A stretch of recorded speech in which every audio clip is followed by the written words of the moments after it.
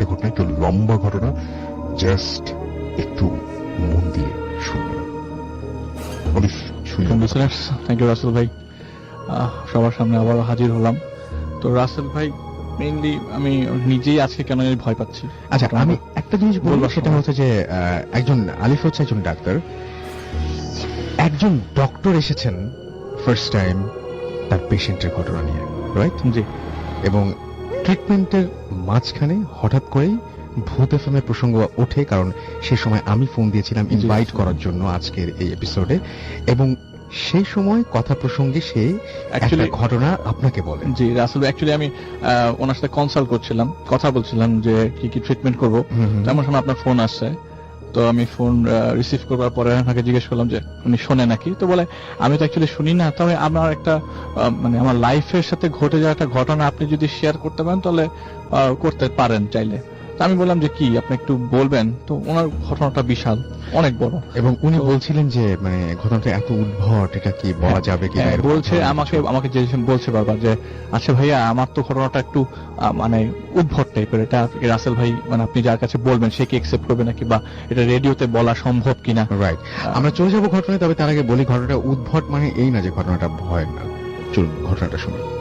জি রাসেল ভাই, যে মহিলার কথা বলছিলাম, তো উনি আমার পেশেন্ট, নাম হচ্ছে সাবেরা চৌধুরী, মুক্তি ডাক নাম আর কি। তো ঘটনাটা উনি যেভাবে শুরু করেন যে 1998 সালে ওনার সাথে ঘটনাটা ঘটে। তো ঘটনাটা 98 না, ওনারা থাকতেন কুমিল্লার বিজয়নগরে। তো ওই সময় ওনাদের বাসাতে থাকা অবস্থায় প্রায় 2 বছর যাবত উনি একটা জিনিসের সম্মুখীন হতে থাকে, সেটি হচ্ছে আপনার উনি প্রায় সময় খুব বিদঘটে স্বপ্ন দেখতেন। যেমন স্বপ্নের মধ্যে ওনার সাথে কেউ কথা বলছে, বা উনি স্বপ্নের মধ্যে মনে হচ্ছে যে জেগে আছে, তো ওই জাগ্রত অবস্থায় দেখছে যে বিছানার উপরে প্রায় 30-40 জন মানুষ একসাথে জড়সড় হয়ে বসে আছে, সবাই ওনার দিকে তাকিয়ে আছে। এরকম স্বপ্ন শুধু একদিন 2 দিন রাসেল ভাই, এরকম স্বপ্ন উনি দেখতো প্রায় 2 বছর যাবত। তো অ্যাকচুয়ালি যখনই উনি ঘটনাগুলো কাউকে বলতে যেত, বা ঘটনাটা মার সাথে শেয়ার করবে, এক বাবার এক মেয়ে, তো শেয়ার করতে যাওয়ার সময় তার মুখ দিয়ে কোনো কথা বেরোতো না, বা বলতে গেলে উনি কোনো না কোনো কারণে হয়তো ভুলে যেত, বা বলতে গেলে বলতে পারতো না, অন্য কোনো কাজে ব্যস্ত হয়ে যেত।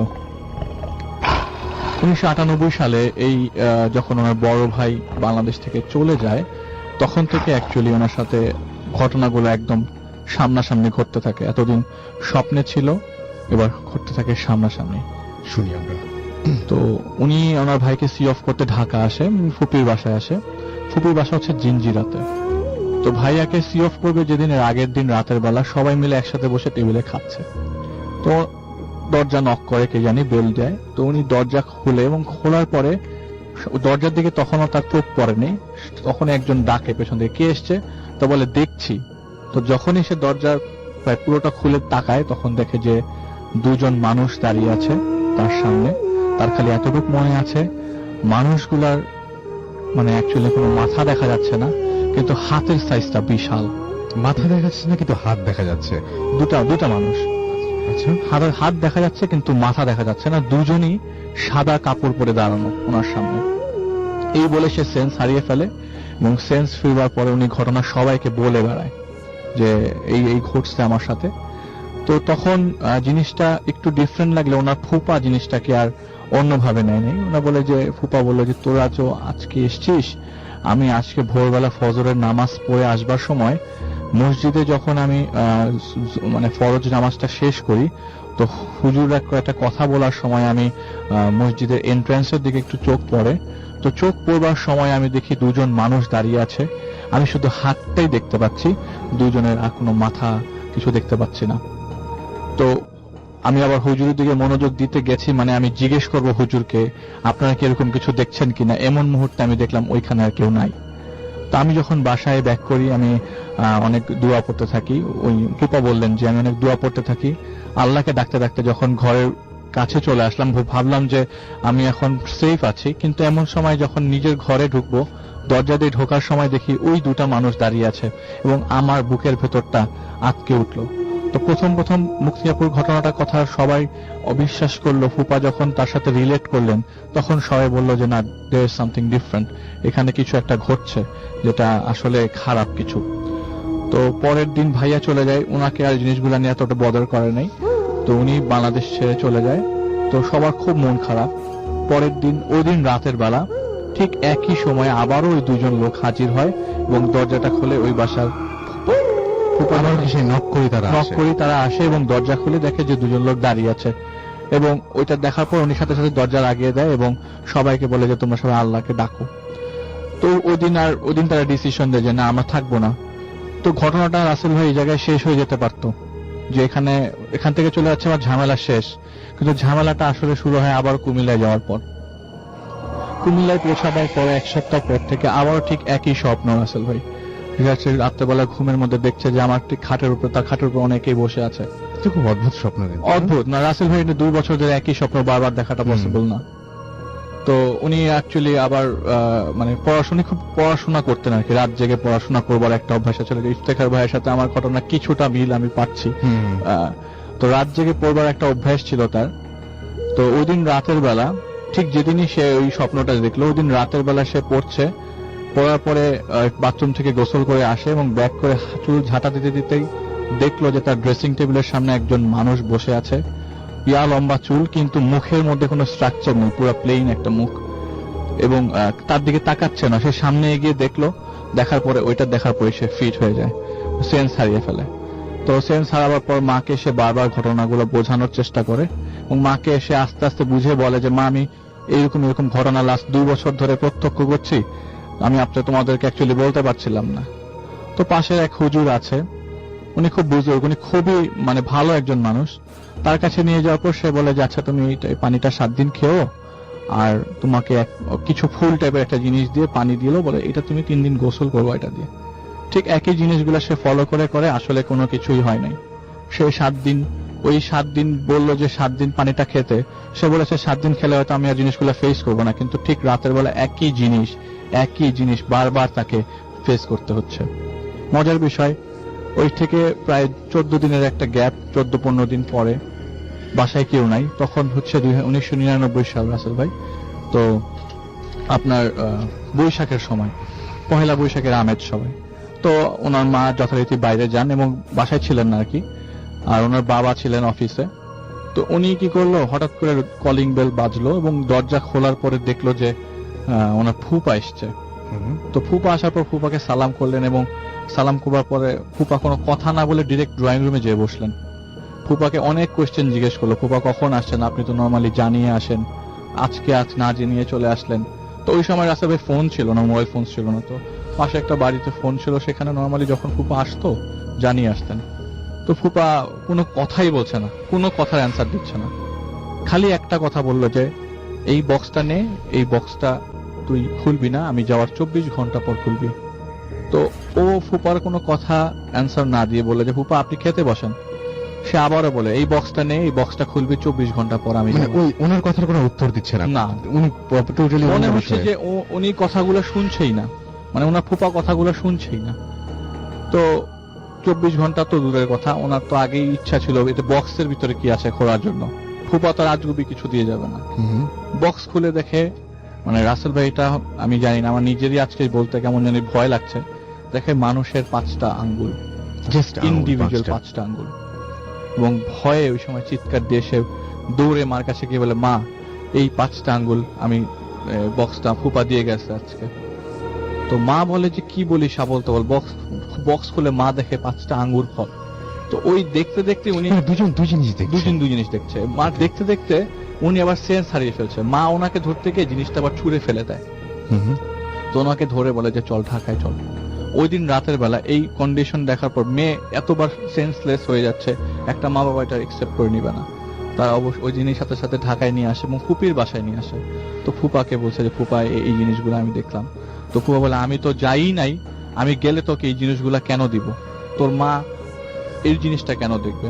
তো এখানে ডক্টর দেখায় এবং ডক্টর বলে এটা কন্ডিশনাল হ্যালুসিনেশন হতে পারে, আপনি ওষুধগুলা খান, ওষুধগুলা খাওয়ার পরে দেখা যাক, আপনি আমাকে 1 মাস পরে আবার একটা ভিজিট দিবেন। তো ডক্টরের কাছ থেকে যাওয়ার পর কুমিল্লা আবার ব্যাক করে 2-3 দিন তার ঘুম খুব ভালো হয় রাসেল ভাই। এরপর থেকে ঘুমের ওষুধ 3টা-4টা খেলেও তার ঘুম হতো না। যেখানে সে একই জিনিস আগে সে স্বপ্নে দেখতো, এখন সে চাক্ষুষ বসে থাকা অবস্থায় দেখছে তার খাটের উপরে অনেকে বসে আছে। এর মধ্যে তার চান্স হয়ে যায় চিটাগং ইউনিভার্সিটিতে। সে চিটাগং ইউনিভার্সিটিতে চান্স পেয়ে যাওয়ার পর সব ধরনের ফর্মালিটিস কমপ্লিট করে আসার পরে 1 মাসের ছুটি পায়। তো 1 মাসের ছুটি পাওয়ার পরে সে ঢাকা কুমিল্লা চলে আসে। কুমিল্লা চলে আসবার পরে যেটা অ্যাকচুয়ালি রাসেলে বলতে যাচ্ছে সেটা টোটালি আনএক্সপেক্টেড। এটা হতে পারে 1-2 বছরের মধ্যে এরকম হতে পারে। তো রাত 11টা বাজে, তখন সবাই মিলে কথা বলতে বলতে দরজায় কে জানি নক করলো। নিচের ভাড়াটিয়া মাঝে মাঝে দোকানে যাওয়ার জন্য কোলাপসিবল চাবি নক করে। তো আঙ্কেলই নর্মালি দরজাটা খুলে। তো উনি নাকি দরজাটা খুলতেই খোলা অবস্থায় দেখে যে তার বড় ভাই আসছে বাংলাদেশে। খুব অদ্ভুত লাগছে সবার কাছে, এবং সবাই এতটাই খুশি আবার এতটাই সারপ্রাইজ যে ভাইয়া চলে আসছে উইদাউট এনি ইনফরমেশন, জানাই নেই। তো সবাই কোশ্চেন জিজ্ঞেস করছে, তুই কখন আসছিস, কাউকে কিছু বললি না, কিভাবে আসছিস, কেমনে আসছিস।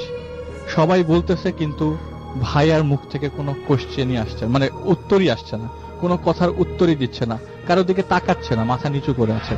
তো সবার একটা কিউরিয়াসিটি থাকে, বিদেশ থেকে কেউ আসলে আমার জন্য কি আনছিস, নিজের মানুষ আসছে, ভাইয়াকে জিজ্ঞেস করছে তুই আমার জন্য কি আনছিস, উত্তর আসতেছে না। খালি একটা কথা বললো, আমি ঘুমাবো।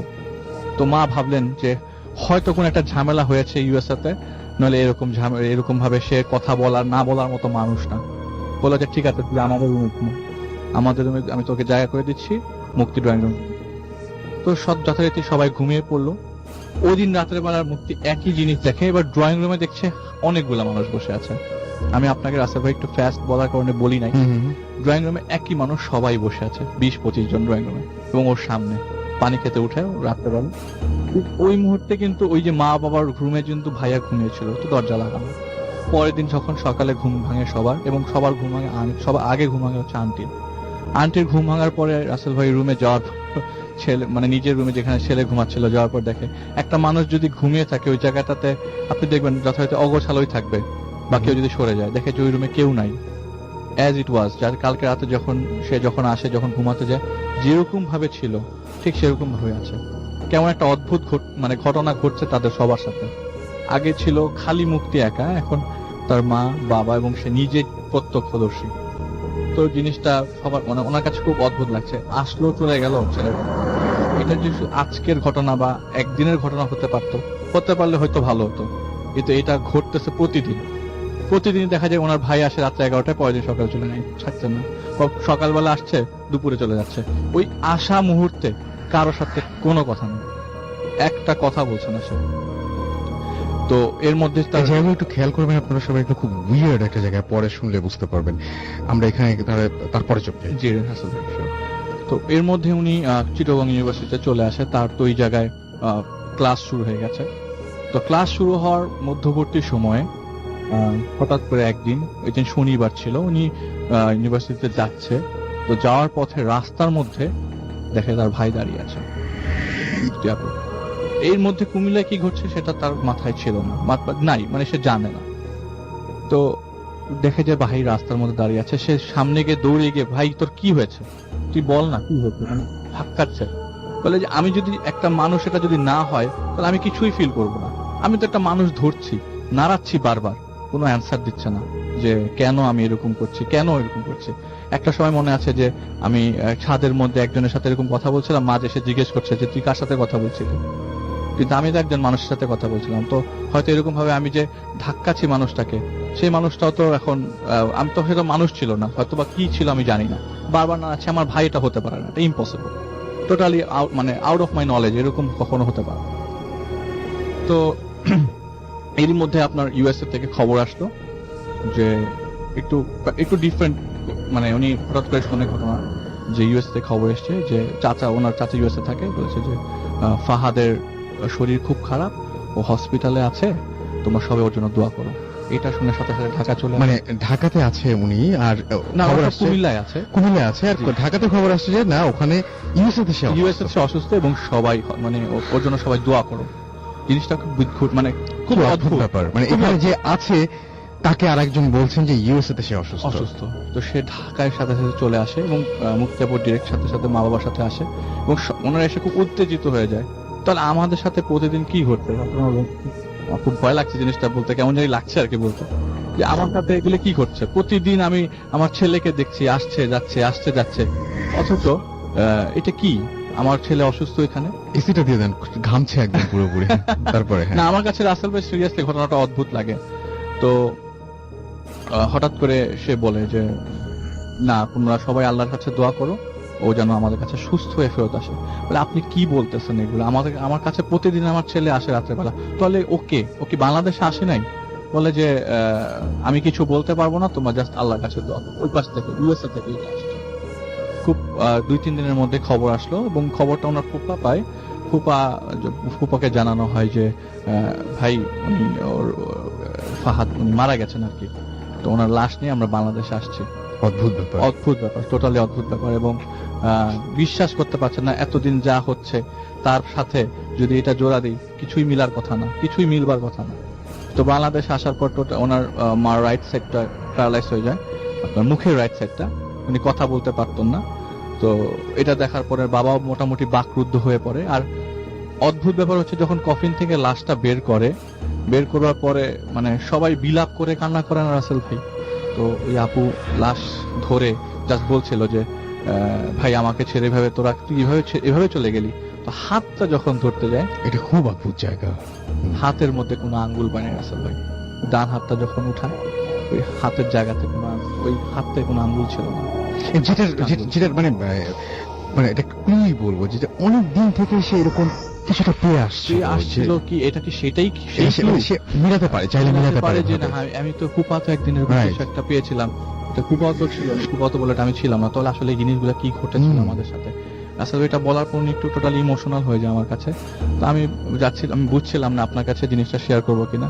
আপনি অপরচুনিটি দিয়েছেন, আজকে শেয়ার করলাম রাসেল ভাই। Thank you so much. আর আপনার পেশেন্টের নামটা কি বললেন যেন? সাবিরা চৌধুরী। ডাক নাম বললেন মুক্তি। আপনাকে অনেক ধন্যবাদ। যদি আপনি শুনে থাকেন, আপনার ঘটনাটা আমরা শোনালাম এবং আমি দেখতে পাচ্ছি যে আমি এসএমএস শোনার ফাঁকে মাঝে এসএমএস দেখছিলাম। আলিফ, আমরা আবারও আপনার কাছে আসবো এবং আপনার চলে যাবো আমরা আবারও আলিফের কাছে পরবর্তী ঘটনায়। থ্যাংক ইউ রাসেল ভাই। খুবই ভয়ঙ্কর কিছু শুনতে চাই। ইনশাআল্লাহ সেরকম কিছুই বলতে যাচ্ছি। একটা জিনিসের জাস্ট একটু কিউরিওসিটিটা একটু দূর করতে যাচ্ছি। একজন আমাকে বলেছেন যে আসলে মুক্তির সাথে কি এখনো সেই ঘটনাগুলো ঘটছে কিনা। আমি জাস্ট একটু ক্লিয়ার করে দিই। ওনাকে আমি জিজ্ঞেস করেছিলাম ব্যাপারটা নিয়ে। তো উনি বলছে যেদিন ওনার ভাইয়ের লাশ বাংলাদেশে আসানোর পর থেকে উনি এরকম কোনো স্বপ্ন আর ফেস করতেন না এবং সে অনেক এটার জন্য ওয়েটও করেছে যে আসলে কি আর এরকম কিছু হবে আমার সাথে, কিন্তু এরকম কিছু তার সাথে হয়নি।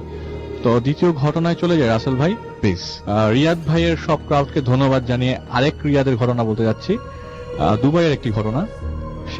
এই দুবাইয়ের ঘটনাটি অ্যাকচুয়ালি দুবাই একটা জায়গায় হয়েছে। তো এখানে সিমেন্টারি আছে একটা, সেই সিমেন্টারিতে কাজ করতেন বাংলাদেশের একজন শ্রমিক। তো তার কাছ থেকেই ঘটনাটি শোনা আমার। তো উনি বলেছেন যে উনি যায় বাংলাদেশ থেকে আরো 8 বছর আগে দুবাইতে। তো ওখানে যাওয়ার পরে আপনার নর্মাল চাকরি করবার সাথে সাথে সে একটা সিমেন্টারিতে কাজ করতেন। তো সেই সিমেন্টারিতে কাজ করবার সময় মানে সিমেন্টারি অ্যাকচুয়ালি সে পরিষ্কার করতেন রাসেল ভাই। তো সিমেন্টারি পরিষ্কার করবার সময় প্রচন্ড গরম সেদিন রাতের বেলা। তো রাতের বেলা সকালবেলা সারাদিন প্রচন্ড খাটনি গেছে। তো রাতের বেলা একটু মানে টায়ার্ড লাগছে। রাতের বেলা কিন্তু জায়গাটা ঠান্ডা থাকে। তো উনি কাজ করবার সময় ঝাড়ু মানে পরিষ্কার করছেন আর কি। পরিষ্কার করবার সময় গেটের মেইন ফটকের মানে ওই সিমেন্টের গেটের সামনে একজন দাঁড়িয়ে আছে। দূর থেকে মনে হচ্ছে যে লোকটি ওনার দিকেই তাকিয়ে আছে অনেকক্ষণ ধরে। তো সে অবস্থান থেকে তাকিয়ে আছে, সে একটু মাঝখানে ছিল, সিমেন্টের মাঝখানে ছিল। সে পাতা পরিষ্কার করছে আর কি, ঝাড়ু দিয়ে পরিষ্কার করছে। অ্যাকচুয়ালি তার কাজই এটা। তো সে একটু সামনে গেল আর এতক্ষণ ধরে ঝাড়ু দিচ্ছে। সে ওই জায়গায় একটা বসার জায়গা আছে, মেইন গেট দিয়ে ঢোকার পরে ছোট্ট একটা বসার জায়গা আছে। সে ওই জায়গায় যাবে আর কি। তো গিয়ে তার ওখান থেকেই সে মনে প্রিপেয়ার করে নিয়েছে যে ওনাকে জিজ্ঞেস করবে অ্যাকচুয়ালি কেন দাঁড়িয়ে আছে। তো উনি গেটের কাছে যায় এবং জিজ্ঞেস করে, ওই আপনার উর্দু ভাষায় বলছে যে আমি এখানে আসছি অ্যাকচুয়ালি তোমার সাথে দেখা করার জন্য। আমার সাথে দেখা করার জন্য কারণটা কি? বলে যে এই যে তুমি প্রতিদিন এই জায়গায় ঝাড়ু দাও, এই জিনিসটা আমি প্রতিদিন লক্ষ্য করি। তো আমি তোমার কাছে প্রতিদিন মানে তোমার কাছে আসছি তোমাকে থ্যাংক ইউ বলার জন্য। তো প্রথম দিন উনি জিনিসটাকে নর্মাল ভাবেই নেয়। তো পরের দিন ঠিক একই ভাবে উনি এই মানে গেটের মেইন গেটের সামনে দাঁড়িয়ে আছে এবং রাসেল ভাই এত অন্ধকারের মধ্যে হালকা হালকা আলো আর কি, ওই কর্নারে মেইন রোডের পাশ দিয়ে একজন মানুষ দাঁড়িয়ে আছে, প্রতিদিন ঠিক একই জায়গাটায় দাঁড়িয়ে থাকে। কালকে মানে গতকালকে একই ঘটনা ঘটলো, আজকেও বা দাঁড়িয়ে আছে। জিজ্ঞেস করি উনি কেন এসছে, তো সে বললো যে আপনি তো প্রতিদিন এই জায়গাটা পরিষ্কার করেন, সেজন্য তো আপনাকে দেখতে আসছি। তো ওই জিনিসটা তার কাছে একটু বিদঘুটে মনে হয় যে উনি প্রতিদিন এসে থ্যাঙ্কস দিচ্ছে কেন। তো প্রতিদিন রেগুলার দিচ্ছে, তো রেগুলার ওই সিমেন্টটা পরিষ্কার করতেন। এক সপ্তাহ পর যেই জায়গায় পরিষ্কার করছে, এটা ওই যে জায়গায় ওনার সাথে দেখা হয়েছে সেই জায়গায় না, একটু একটু ভিতরে পরিষ্কার করতে করতে হঠাৎ করে দেখে যে ওই একটা কবরের পাশে অ্যাকচুয়ালি বসে আছেন সেই লোকটা। তো ওনাকে জিজ্ঞেস করে আপনি হঠাৎ আজকে কবরস্থানের ভিতরে? বলে তুমি প্রতিদিন এই জায়গাটা পরিষ্কার করো, আমি প্রতিদিন দেখি তোমাকে ধন্যবাদ দিতে আসছি। তো জিনিসটা তার কাছে একটু অদ্ভুত মনে হয় যে আজকেও সে আমার কবরের মাঝখানে। ওনাকে তো জিজ্ঞেস করে আপনার কি ভয় লাগে না? তো বললো যে ভয় কিসের, আমার কোনো ভয় নাই, আপনি পরিষ্কার করেন, আমি আপনাকে দেখি। এরকম করে প্রায় একটা মাস রাসেল ভাই চলতে থাকে, এবং তার সাথে সে জীবনের মানে অনেক ধরনের আলাপ করতে থাকে। আস্তে আস্তে খুব ভালো পরিচিত হয়ে যায়, এবং এমন না যে একদিন দুদিন গ্যাপ দিত, ওই মাসের প্রতিদিনই সে আসতো, এবং ঠিক আসতো হচ্ছে রাত 2টার পর, প্রতিদিন রাত 2টার পরে। তো একদিন কি হলো, মানে সে বাংলাদেশে এসেছিল, বাংলাদেশে আসার পরে বাংলাদেশ থেকে ব্যাক করছে। ব্যাক করবার পরে তাকে আবার 1-2 সপ্তাহ ওয়েট করতে হয়েছে ওই চাকরিটার জন্য, কারণ ওই মুহূর্তে তার জায়গায় আরেকজন ঢুকে গেছে। তো চাকরি করবার জন্য সে আবার অফিসে ওখানে যে যাকে বলার কথা তার কাছে যায়। যাওয়ার পরে ওনাকে জিজ্ঞেস করে যে আমি কি চাকরিটা করতে পারবো কিনা। তো উনি বলে যে তুমি 1 সপ্তাহ পরে আসো। তো 1 সপ্তাহ পরে ওই যে সময়টা সে ওখানে কাজ করতো, সেই সময়টা তাকে বাসায় থাকতে হয়েছিল। তো একদিন হঠাৎ করে বাসায় নিচে আপনার জিনিসপত্র কিনে বাসায় গেছে। ওই দিন মানে খুব ঠান্ডা আর কি। তো উনি দরজা হঠাৎ করে নক করে, তখন রাত 12টা বাজে, 12টার পরে আর কি। তো দরজা খোলার পরে দেখে যে সেই মানুষটা দাঁড়িয়ে আছে তার সামনে। আপনি আমার বাসা চিনলেন কি করে? বলে যে তোমার সাথে এতদিন ধরে কথা বলি, তুমি কোন বাসায় থাকো সেটা আমি জানবো না? বলে যে আপনি আমার বাসায় আসছেন কেন হঠাৎ করে? আমি তো আজকে খবরটাও দিচ্ছি না, আপনি আমাকে কি জন্য বাসায় আসছেন? বলে তোমাকে দেখি না দেখেই বাসায় আসছি। তো ওনার কাছে জিনিসটা খুব অদ্ভুত লাগে, এবং ব্যাপারটা সে তার রুমমেটসদের শেয়ার করে, এবং সে রুমমেটরা বলে যে কই তুই কখন দরজা খুললি, কখন কি করলি, কিছুই তো শুনলাম না, কিছুই তো জানি না। বলে না, এই যে কয়েকদিন আগে আমার সাথে এরকম ঘটলো, বাংলাদেশ থেকে আসার পরে এখন আর জিনিসটা হচ্ছে না। তো 1 সপ্তাহ পরে সে সেই কবরস্থানে আবারও ঠিক একইভাবে কবর ছাড়তে গেছে। তো মজার বিষয় হচ্ছে আসলে ওই দিন দিনের বেলা সে যখন তার কাজ শেষ করে ওই কবরস্থান ক্রস করে কয়েকটা বিল্ডিং ক্রস করে তার বাসার দিকে যাচ্ছে, তখন ঠিক ওই বিল্ডিং এর পাশে তার পানি পিপাসা লাগে। জিনিসটা কি খুব ডিফারেন্ট, কেন সে ওই বাসার সামনে তার পানির পিপাসাটা লাগলো। তো যখন নক করলো, নক করার পর একজন মহিলা দরজাটা খুললেন। খোলার পরে সে বললেন যে আমি একটা পানি খাবো। তো ওই বাইরে থেকেই ভিতরে একটা ছবি দেখতে পেলেন, যে ছবিটা হুবহু তার ইয়ার মতো, যে এতদিন যার সাথে সে দেখা করতেন। তো বললো যে উনি কে হয় আপনার? উনি তো আমার সাথে রেগুলার কথাবার্তা হয়, উনি খুব বন্ধু মানুষ আমার। বলে যে উনি আমার স্বামী, উনি আজ থেকে প্রায় 25 বছর আগে মারা গেছেন।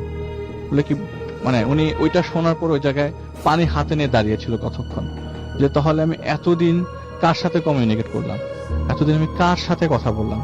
বলে যে আমি যখন সে তার কিউরিওসিটির কারণে জিজ্ঞেস করলো যে ওনার কবরটা কোন দিকে, বলে ওনার কবরটা এই যে তুমি কয়েকটা ব্লক পরে একটা সিমেট্রি আছে সেখানে, যে জায়গায় সে এতদিন পরিষ্কার করতো, এবং যেই জায়গায় পরিষ্কার করতো, যেই মানুষটার কবরের পাশ দিয়ে প্রতিদিন যেত, সেই জায়গাটাতে এসে। এটা খুবই কমন একটা স্টোরি হতে পারে, বাট এটা ঘটেছে এবং এটা জায়গায় ঘটেছে। এটা হচ্ছে আপনার জেদ্দাফ ডিস্ট্রিক্ট নামে একটা জায়গা আছে দুবাইয়ের, আল স্কয়ার কিছু একটা জায়গা, ওটার পেছনে একটা বিশাল বড় সিমেট্রি আছে সেই জায়গাটাতে। সো এই হচ্ছে ঘটনা, এবং এই ঘটনাটা খুবই অদ্ভুত। আমি চলে যাব আলিফের ঘটনা। দেখা যাচ্ছে ছোট্ট ঘটনা শুনবো, হাতের সময় খুবই কম। একটা ছোট ঘটনা শুনে ফেলি, একটু ভয়ঙ্কর একটা ছোট ঘটনা। আমি যে ঘটনাটা বলবো তার নাম হচ্ছে শাহ আলম। উনি আমাদের ধানমন্ডি এরিয়াতেই থাকেন। তো কয়েকদিন ধরে তার সাথে খুব ডিফারেন্ট সমস্যা হচ্ছে। আমি লাস্টবার এসেছিলাম যখন ভূত এফএমে, তখন রাসেল ভাই সময়ের কারণে আমি এই জিনিসটা আপনাকে শেয়ার করতে পারিনি, তো সেটা আজকে শেয়ার করছি। তো উনি ওনার বাসায় যেখানে, সেই বাসার মানে 2-3 তলা বাড়ি, নিচতলায় এসে থাকেন। তো নিচতলায় যখন এটা প্রায় 6-7 মাস আগের থেকে এই ঘটনাটা শুরু হয় আর কি। তো নিচতলায় থাকেন, তার বাসা হচ্ছে রায়ের বাজার ঢালে। তো নিচতলায় বাড়িতে সে একদিন রাতের বেলা তার ঘুম ভাঙে হচ্ছে বিকট চিৎকারে, এবং বিকট চিৎকারটা এরকম হয় যে তার জানালার গ্লাসগুলা ভাইয়া চুরমার হয়ে যায়, ভেঙে চুরমার হয়ে যায়। জিনিসটা খুবই ডিফারেন্ট। সেই বাসায় মানে ওই ফ্ল্যাটে সে একা থাকে, তো ভেঙে যায় এবং সে তার সাথে সাথে ওই শব্দে ঘুম ভাঙে যে কিরে কে মানে ঢিলা মারলো তার গ্লাসের মধ্যে। দেখলো যে আশেপাশে যেই জায়গাটার দিকে মানে চিন্তা করা যায় যে কেউ ঢিলা মারতে পারবে, তো যে গ্লাসটা ভাঙলো সেই গ্লাসটা ঢিলা মারার মতো অবস্থায় নাই, পেছনে একটা খালি জায়গা এবং পুরো ডোবার মতো। তো সেই জিনিসটা মানে আর বেশি কিছু চিন্তা না করে ঘুমিয়ে পড়ে।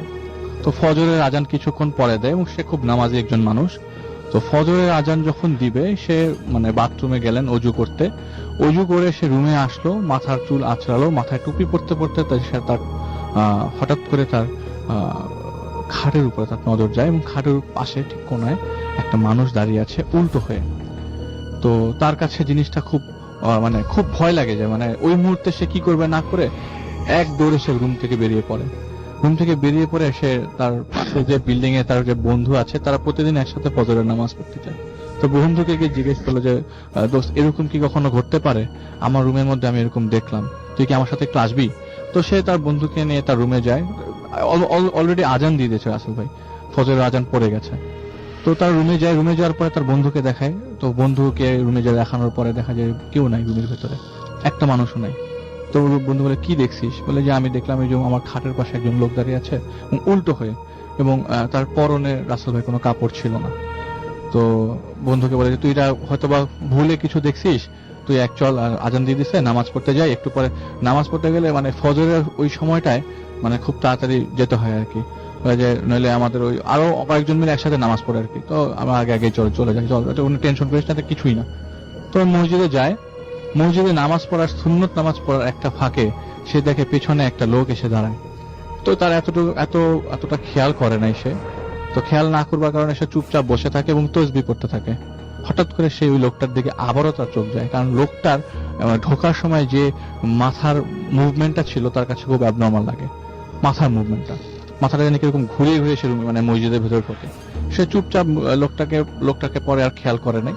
তো নামাজ যখন শেষ হয়, ফরজ নামাজ শেষ হওয়ার পরে দেখে যে মসজিদের ভেতর থেকে যে মাটি খুঁড়ছে, মসজিদের ভেতরেই মাটি খুঁড়ছে।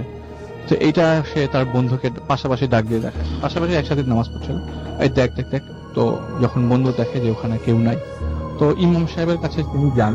ইমাম সাহেবকে বলেন যে আমি মসজিদের ভিতরে এরকম একটা জিনিস দেখলাম, এখন তো সব নর্মাল, সবকিছুই নর্মাল, আমার সাথে এখন যা আছে সবই নর্মাল, কাউকে কোনো কিছু শেয়ার করতে গেলে সেটা নর্মাল হয়ে যাচ্ছে। আমি একটু আগে আমার বাসার মধ্যে এরকম ঝামেলা দেখলাম, এখন মসজিদ আসার পর এটা দেখলাম।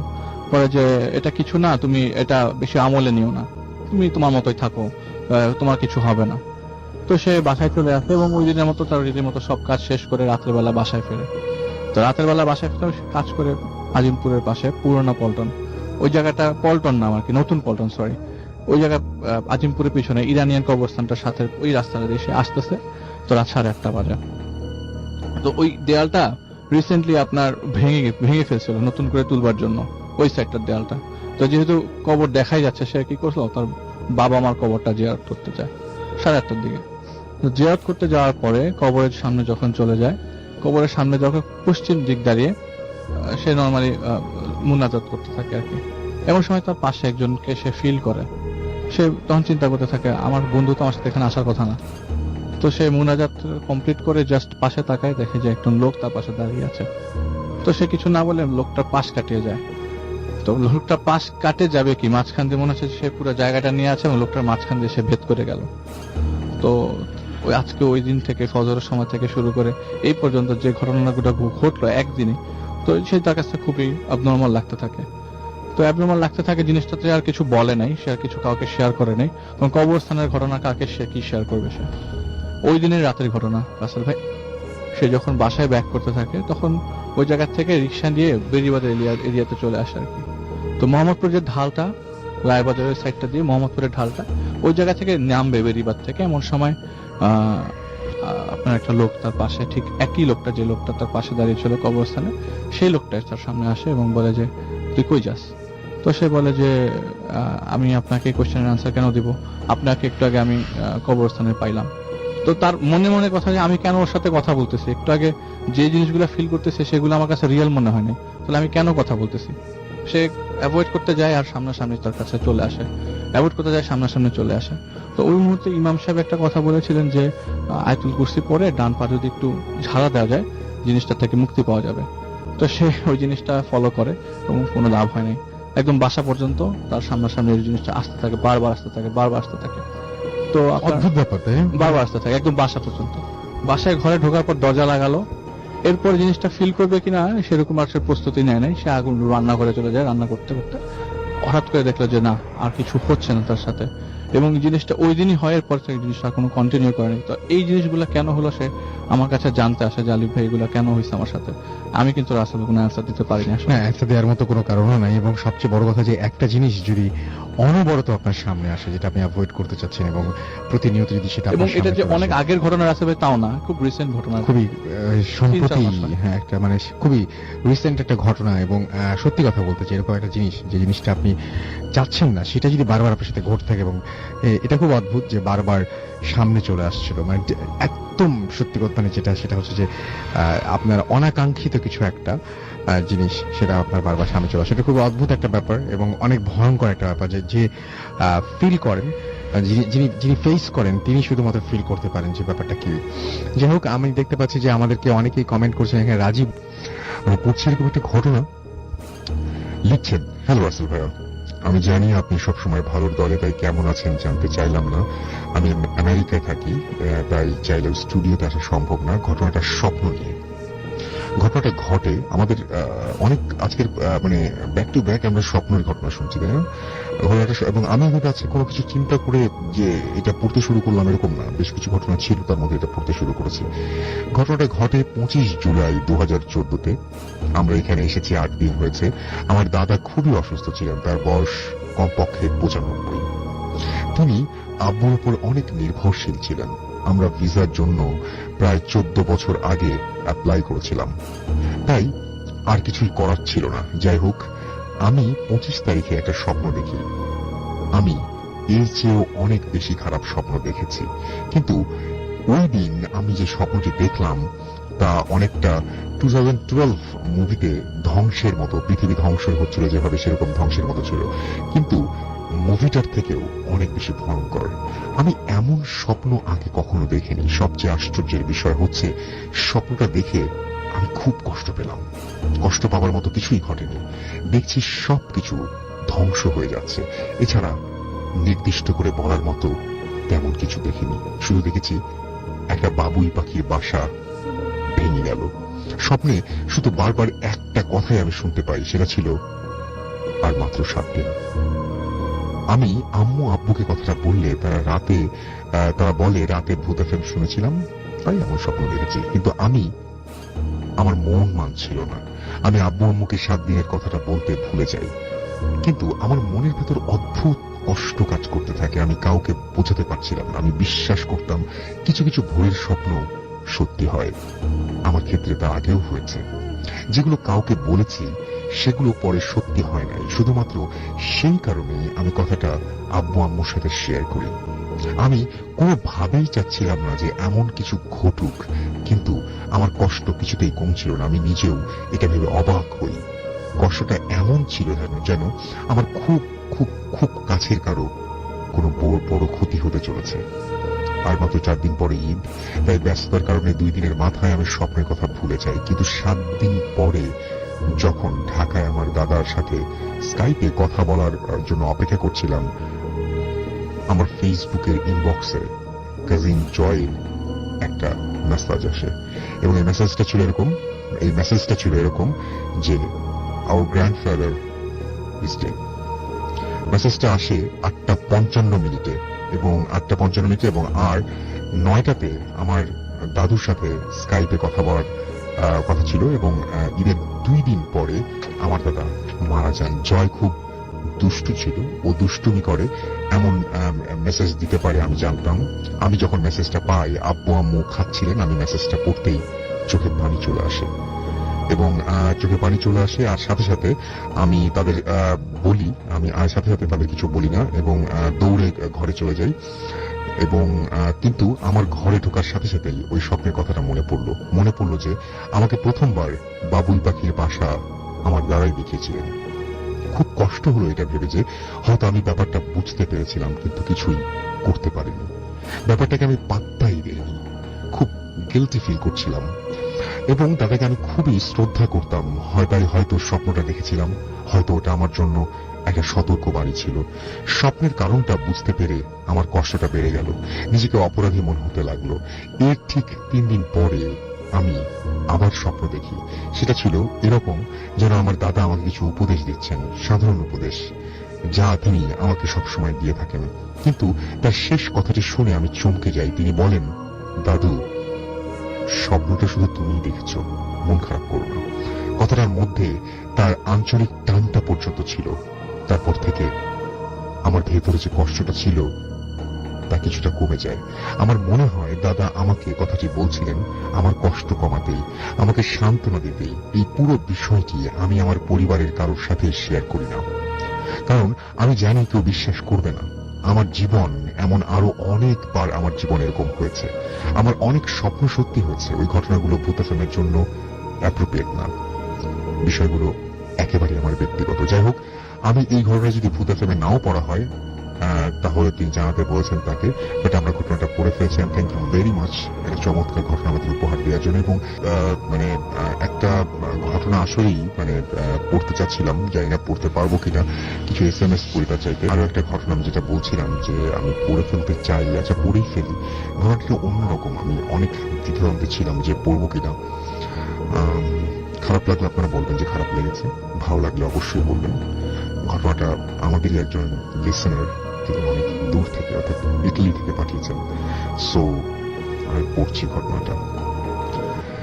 লিখছেন যেভাবে সেভাবে পড়ি। হাই রাসেল ভাই, জিজ্ঞেস করবো না কেমন আছেন, জানি আপনি সবসময় ভালোর দলে। আমি রুবেল ইটালি থেকে লিখছি। আমি ভূত এফএমের প্রতি এপিসোডই শুনি, অনেক ভালো লাগে। অনেকদিন ধরে ভাবছি আমার সাথে ঘটে যাওয়া কিছু ঘটনা লেখার জন্য, কিন্তু সময় পাই না বলে লিখতে পারি না। এই ঘটনাটা আমার ফ্রেন্ডের ওয়াইফের সাথে ঘটে। আমি তাদের নাম উল্লেখ করছি না, আমি আমার ফ্রেন্ডের ভাষায় বলি। 2012 আমি ফেসবুকে একটি মেয়ের সাথে আমার পরিচয় হয়। যারা ফেসবুক ইউজার তারা একটু মনোযোগ দিয়ে শুনবেন। এবং অনেকদিন ওর সাথে কথা হয় আমার। তারপর 2013-তে আমি বাংলাদেশে যাই, গিয়ে কাউকে না বলে বিয়ে করে ফেলি। 2 মাস থাকার পর আমি ইটালিতে ব্যাক করি। ইটালি আসার পর ওর সাথে আমার সবসময় স্কাইপে কথা হয় এবং হঠাৎ করে ও আমাকে একদিন বলছে ও নাকি একটি স্বপ্ন প্রতিদিন দেখে। এক লোক তার কাছে আসে এবং তার পরনে পাঞ্জাবি আর মুখ ভরা দাড়ি, মাথায় টুপি। অন্য একদিন বলছিল ও নাকি শুধু স্বপ্নে না, দিনের বেলায় জাগ্রত অবস্থায় দেখে। একদিন পড়ার টেবিলে বসে আমার সাথে কথা বলছিল। হঠাৎ করে আমি এক ধরনের আওয়াজ শুনতে পাই, মনে হচ্ছিল কেউ কাঠের জুতা পরে ঘুরছে, কিন্তু ও চুপ করে আছে, কোনো কথা বলছে না। আমি বললাম ভিডিও অন করো। ভিডিও অন করলো। আমি দেখি যে ওর ডান সাইড থেকে বামের দিকে তাকিয়ে আছে এবং ওর চোখ আর মুখ লাল হয়ে গেল এবং বলছে যে কেউ একজন সেই রুমে এই মুহূর্তে ঢুকেছে। এবং অনলাইনে আমাকে রেখে ও জাস্ট ভয় পাচ্ছিল জন্যই ঘুমিয়ে গেল এবং সেদিন থেকে আমার সাথে ও কথা বলা কমিয়ে দিল। অন্য একদিন বলছে ও নাকি ওই লোককে আমার সাথে কথা বলতে মানা করেছে। ওই লোক মানা করেছে কথা বলতে। যদি আমার সাথে কথা বলে তাহলে নাকি আমাকে মেরে ফেলবে এবং ওর যে আরো একজনের সাথে তার কোন একটা সময় পরিচয় ছিল এবং তাকে বলেছে যে তাকেও মেরে ফেলবে, এরকম কিছু একটা আর কি। তো যাই হোক, আমার ওয়াইফের সাথে এত কিছু হচ্ছে, আমি কিছুই করতে পারছি না। এখনো সব সময় মাথায় ঘুম দিয়ে, অর্থাৎ ঘুমটা মনে হবে দিয়ে থাকে এবং এমন ভাবে কথা বলে যেন ও আমাকে চেনে না। অন্য একদিনে কথা বলছে, হঠাৎ করে বলছে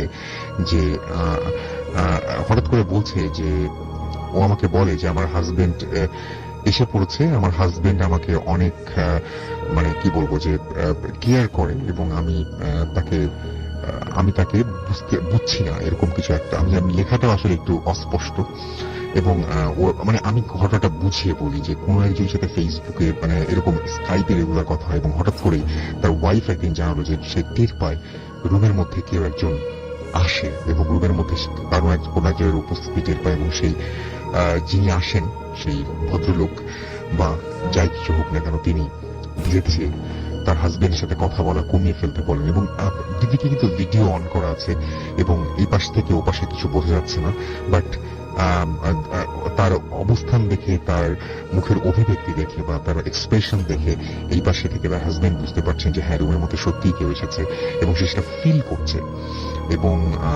এবং যেটা হয় সেটা হচ্ছে যে মানে বাসা থেকে সে বের হওয়া বন্ধ করে দেয়, আস্তে আস্তে সে দেখা যায় যে ঘুমটা দেয় মাথায়, এবং সে বলে যে না, যদি তোমার সাথে কথা বলি তাহলে আমার আরো বেশি ক্ষতি হবে। এবং সে একটা পর্যায়ে যেটা হয় সেটা হচ্ছে তার পরিবারকে জানাতে বাধ্য হয় বিয়ের ব্যাপারটা, এবং সে যেটা বলে যে সেটা হচ্ছে যে বাসায় যদি কোনো দেওয়ালে আছে সে বলে যে আম্মু কিছুটা একটা বুঝতে পারে তার আম্মুকে জানানোর পরে, এবং একদিন ওর আম্মু এক হুজুরের সাথে এই বিষয়টা নিয়ে কথা বলে, এবং বাসায় যদি কোনো দেয়ালে ছবি লাগানো থাকে সেই ছবিটা খুলে ফেলতে বলে, এবং ওর আম্মু তাই করতে লাগলো। কিন্তু এইখানে ঘটলো আর এক ঘটনা, সেটা হচ্ছে যে হুজুর বলছে যে বাসায় সেটা বলছে যে চেয়ারে উঠে ছবি খুলতে গেলে কে যেন তার আম্মুকে এক ধাক্কা দিয়ে ফেলে দেয়। তখন সে তার কিছু বুঝতে বাকি রইল না যে এখানে অস্বাভাবিক কিছু একটা এই রুমের মধ্যে হয়তো আছে। এবং যেটা হয় এরপর থেকে যে আস্তে আস্তে তাদের দূরত্ব বাড়তেই থাকে, এবং সে রয়েছে ইটালিতে, আরেকজন রয়েছে বাংলাদেশে। এত দূর থেকে কিছু করাও যায় না, এবং তিনি অনেক মানসিক অশান্তির মধ্যে আছেন। এবং তিনি বলছেন যে এখন আমার ওয়াইফ আমাকে দেখতে পারে না, আমি কল দিলে ধরছে না, এবং আমি ওর জন্য কিভাবে দিন কাটাচ্ছি সেটা আমি জানি, আর আমার সকল ফ্রেন্ডসরা জানে। এবং তিনি বলেছেন যদি ভালো লাগে তাহলে অবশ্যই সেটা আমাদেরকে আমরা যেটা পড়ে শোনাই। তো আমি ঘটনাটা পড়ে শোনালাম। খুব অদ্ভুত একটা ব্যাপার যে আপনি কারোর সাথে কথা বলছেন, স্কাইপে হোক বা যেভাবে হোক, আপনি ভিডিও কল করছেন, আপনি নিজে কিছু দেখতে পাচ্ছেন না, বাট এক্সপ্রেশন দেখে বা আপনি এই পাশ থেকে অনুভব করতে পারছেন যে ওই পাশে কোনো একটা কিছু ঘটছে, এবং এক দূরত্বের কারণে আপনি হয়তো কিছুই করতে পারছেন না, আপনার হাতে হয়তো কিছুই নেই করার। তো এই ঘটনাটা খুব অদ্ভুত টাইপের লেগেছে আমার কাছে। বর্ণনাটা যেভাবে লিখলেন সেই জন্য আমি একদম প্রত্যেকটা লাইন পড়তে পারলাম না, বাট ঘটনাটা অনেকটা এরকম ছিল। ঘটনাটা খুবই আজব টাইপের, এবং এই ঘটনাটি পাঠিয়েছেন আমাদেরকে তৌসিফ আহমেদ। তিনি পাঠিয়েছেন মুর্শিদাবাদ থেকে, এবং ওয়েস্ট বেঙ্গলের মুর্শিদাবাদ, ইন্ডিয়া। আমি তার ঘটনাটা পড়ছি তার মতো করেই। লিখেছেন আমার ঘটনাটি পড়ে শোনানো হোক। আসসালামু আলাইকুম রাসেল ভাই, প্রথমেই আমি আল্লাহর কাছে দোয়া করি যাতে আমার এই প্রথম পাঠানো মেইলটি আপনি পড়তে পারেন আর কি, এবং ইনশাল্লাহ আমার দোয়া কবুল হবে। আমি ইন্ডিয়াতে থাকি, বাট আমার বাড়ি বাংলাদেশ বর্ডারের খুব কাছেই, জাস্ট একটা পদ্মা নদী মাঝামাঝি। আমরা এপারে থেকে আপনাদের ওইখানকার মানুষদের বাড়ি ঘরগুলো দেখতে পাই। আল্লাহ পৃথিবীর সব মানুষকে সুস্থ রাখুক। যাই হোক, আমার ঘটনা শুরু করি। এই ঘটনাটি আমার নানার সাথে ঘটেছে। তিনি আজ এই পৃথিবীতে নেই।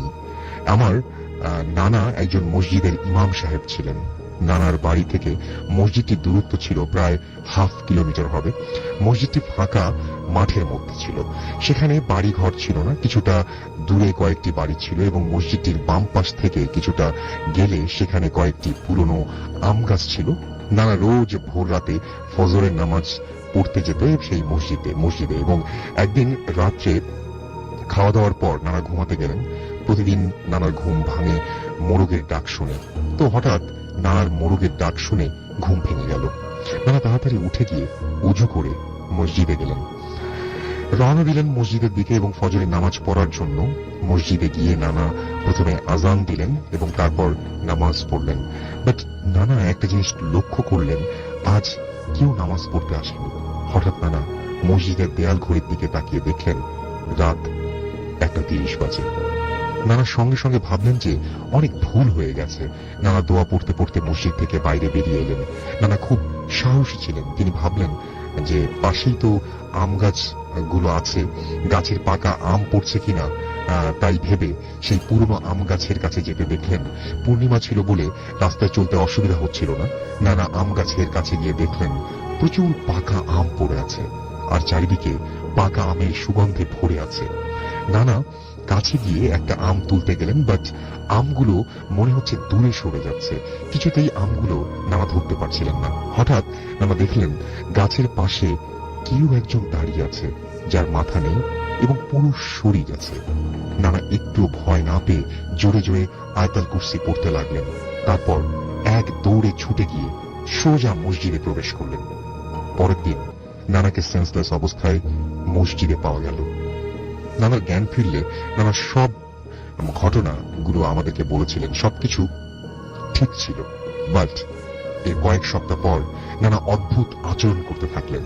নানা প্রতিদিন রাত 1:30 সময় সেই গাছতলায় গিয়ে আজান দিতেন এবং গভীর রাতে সবাইকে নামাজ পড়তে যেতে বলতেন। নানা আস্তে আস্তে পাগল হয়ে গেলেন। এর কিছুদিন পর নানা মারা যান। এই ছিল ঘটনা, আমার জীবনের অদ্ভুত ঘটনা। আমার কাছে খুব অদ্ভুত লেগেছে। এরকম আম কুড়ানো নিয়ে আমরা অনেক ঘটনা শুনেছি, মানুষ দেখা যায় শুনেছি, কিন্তু ফিরে আসার পরে তিনি বুঝতে পারেন যে কোন একটা ঘটনা ঘটেছিল যার জন্য আমি সেখানে গিয়েছিলাম এবং নিশ্চয়ই কেউ প্ররোচিত করেছিল বা নিশ্চয়ই কেউ কোন একটা ভুল হয়েছিল আমার। কিন্তু তারপরে রেগুলার সেখানে যাওয়ার জন্য এরকম অদ্ভুত আচরণ করা, সেই আম গাছটির নিচে গিয়ে আজান দেয়া, গভীর রাতে সেখানে গিয়ে নামাজ পড়া, কাদের নিয়ে নামাজ পড়তেন, কেন বারবার ছুটে যেতেন সেই আম গাছটির নিচে, কি দেখতেন ওখানে, কি দেখেছিলেন ওখানে, এবং কি তাকে এত বেশি আকৃষ্ট করেছিল, কাদের নিয়ে নামাজ পড়তেন সেখানে, এই প্রশ্নগুলোর উত্তর কিন্তু আমার ধারণা তৌসিফ আহমেদ দিতে পারবেন না। তৌসিফা আহমেদ আমাদের মেইলটি করেছেন মুর্শিদাবাদ, ওয়েস্ট বেঙ্গল, ইন্ডিয়া থেকে। আপনাকে অনেক ধন্যবাদ আপনার ইমেইলের জন্য। এই ছিল ঘটনা। এবং আপনারা অনেকেই আমাদের বলেন যে শহরের ঘটনার চাইতে গ্রামের ঘটনা ভালো লাগে, অনেকে বলেন শহরের ঘটনা ভালো লাগে। এই ধরনের নানান ধরনের ব্যাপার স্যাপার কিন্তু আপনাদের মধ্যে আছে। আমি আপনাদের একটা কথা বলবো যে আমি কিন্তু সবসময় চেষ্টা করি শহর গ্রাম সবকিছু মিলিয়ে রাখতে। একটু খেয়াল করে শুনলে দেখবেন প্রতি এপিসোডেই এরকম শহর গ্রাম বেরোতে। আমি এখন যে ঘটনাটা বললাম এটা কিন্তু একদম পুরোপুরি গ্রামের একটা ঘটনা, তাই না? যাই হোক, আমরা চলে যাব আমাদের প্রথম ঘটনায়, আমাদের প্রথম অতিথির কাছে। আপনার নামটা একটু বলবেন এবং আপনি কোথা থেকে এসেছেন সেটা আমাদের একটু বলেন। ধন্যবাদ রাসেল ভাই, আমি ইফতেখার বলছি, জি। গুলশানে থাকি। আর আমার ঘটনা আজকে নিজের ঘটনাই বলতে এসেছি আপনাদের কাছে। আচ্ছা, আমি আপনার সাথে অফ এয়ারে একটা বিরাট কনভারসেশন হয়েছিল আপনার সাথে, এবং আপনি জি। সেখানে বলছিলেন যে আপনার নানান ধরনের প্রবলেম হয় এবং সেই প্রবলেমগুলো আপনাকে প্রতিনিয়ত ফেস করতে হয়। জি, তো আপনি একটু বলুন তো যে কত সালে বা কতদিন আগে প্রথম আপনি টের পেলেন যে কোন একটা সমস্যা আছে আপনার? এটা 2002-এর এই অক্টোবরের দিকে আমি পড়ছিলাম। জি ঘটনাটা হচ্ছে এরকম করে আমি পড়ছিলাম, একটু রাতি হয়ে গেছিল, 1টা-1:30টার দিকে। জি হঠাৎ করে আমার রিডিং চেয়ার থেকে আমি একটু পিছনে ফিরেছি, হঠাৎ করে আমার বিছানার উপরে একটা লোক বসে আছে। হঠাৎ করে দেখি একটা লোক বসে আছে, একদম টাক মাথা, চুল দাড়ি কিছু নেই, একটু বয়স্কই। তো আমার দিকে তাকে হেসে ফেললো, কোনো দাঁত নেই, মানে দাড়ি এবং বয়স্ক, এবং তার যখন হাসলো তখন চুল আপনার দাড়ি কিছু নেই, কিছু নেই, একদম বোল্ড, মানে পুরা টাক মাথা, মানে গোল একটা কিন্তু লোক, একটা আচ্ছা। লোক বসে আছে। তো মানে অনেকেরই পরীক্ষা চলছে, অনেকে হয়তো রাত জেগে আজকেও পড়বেন জি। এবং এখনো পড়ছেন, তাদের জন্য বলি যে আপনি এর আগে আপনার জীবনে কোনো অস্বাভাবিক কোনো না কিছু ছিল না? না, তেমন কিছুই না, এটা স্বাভাবিক ব্যাপার স্যাপারই ছিল, সবসময় স্বাভাবিকভাবে চলছি, পড়েছি। এবং হঠাৎ করে আপনি আবিষ্কার করলেন যে আপনার ওদিনে হঠাৎ করে দেখলাম জিনিসটা, এবং হাসার সঙ্গে সঙ্গে যখন আপনি দেখলেন যে দাঁত নেই তখন আপনি ভয় পেয়েছিলেন নিশ্চয়ই? তৎক্ষণাৎ আমি প্রচন্ড ভয় পেয়ে আমি সেন্সলেসই হয়ে গেলাম। কারণ সকালবেলা তখন আমি দেখলাম যে আমি চেয়ারের পাশে শুয়ে আছি আর কি, জাস্ট ব্যথাটা পেয়েছিলাম। যেহেতু আমি একলা ছিলাম, যদিও বাসায় অনেক লোক ছিল, আমি একলাই পড়তাম, একলাই থাকতাম। আচ্ছা, তো ব্যাপারটা এরকম। এই ভদ্রলোক যাকে আপনি দেখেছিলেন সেই ভদ্রলোক কি আপনার পরিচিত? নো, কখনো আমি এটা রিলেট করতে পারিনি, এখন আজকেও আমি তো কখনো কল্পনা করতে পারি না যে কিরকম ছিল দেখতে। কারো আত্মীয়দের সাথে বা কারো চেনা মুখের সাথে কখনো মিল খায় নাই। আচ্ছা, এটাই আর কি প্রথমে ভয় পাওয়ার ঘটনাটা হচ্ছে, সবচেয়ে ভয় পাওয়ার ঘটনা হচ্ছে এটা। এরপর থেকে শুরু হয়ে যাচ্ছে আমার সমস্যা। আর সমস্যাগুলো কেমন সমস্যা হলো শুরু এবং হয়, তারপরে? তারপর থেকে দুঃস্বপ্ন দেখা শুরু করে। অবশ্যই অনেক অনেক দুঃস্বপ্ন দেখতাম। স্বপ্নগুলোর মধ্যে একটা উল্লেখযোগ্য আপনার সাথে যেটা শেয়ার করেছি ভাইয়া, যেটা হুম। যে আমি স্বপ্ন দেখতাম, সাধারণত এটা একটু বেশি দেখতাম, একটা জায়গায় আমাকে বলি দেওয়া হচ্ছে, হ্যাঁ, একটা বেদিতে শুয়ে বলি দেওয়া হচ্ছে এবং তার সামনে একটা মূর্তির মতো কিন্তু জীবন্ত, হ্যাঁ, অনেক অনেক শ্যাডোর মতো। তো এটা দেখে চিৎকার করতাম, তারপর আস্তে আস্তে করে অসুস্থ হয়ে যাই, এভাবে হুম। করেই আর কি আগাতে থাকে আর কি।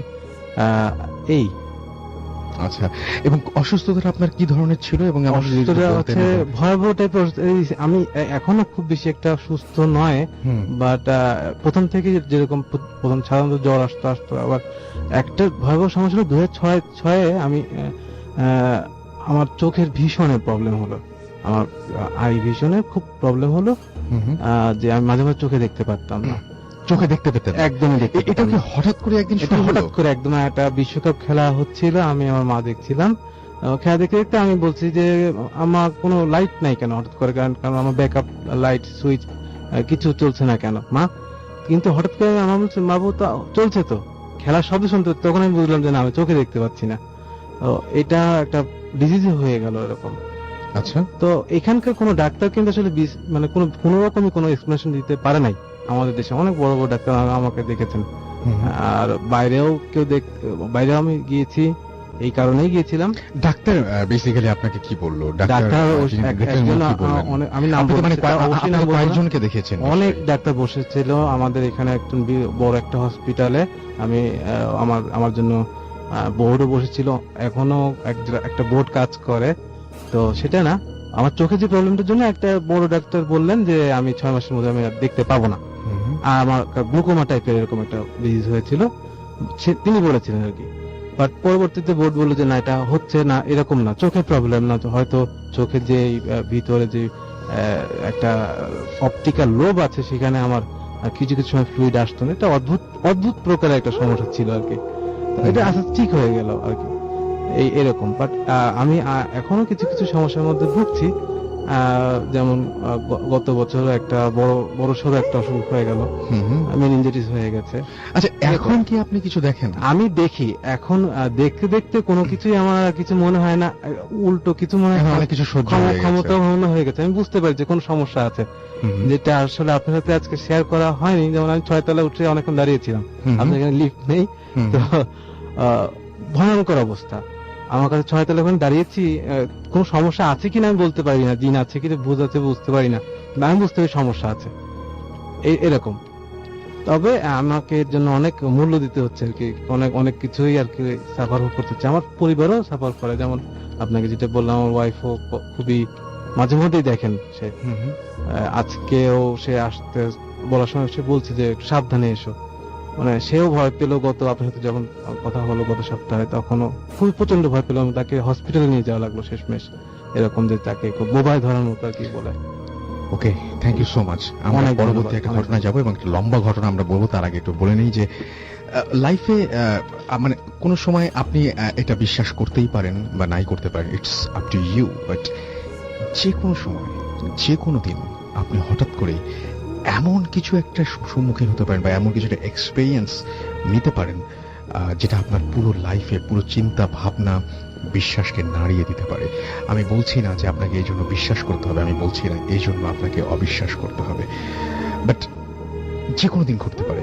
এবং এটা যখন ঘটে তখন ঠিক মানে এমন একটা সময় হয়, এটা হরর ফিল্মের মতো অনেকটা। ওই ওই ওই ওই ফর্মুলাটাই কিন্তু আসলে মেনটেন করা হয় হরর ফিল্ম মেকিং এর সময়। যেই মুহূর্তে আপনি একেবারে ভয় না পাওয়ার জন্য প্রস্তুত, সেই মুহূর্তেই ভয়।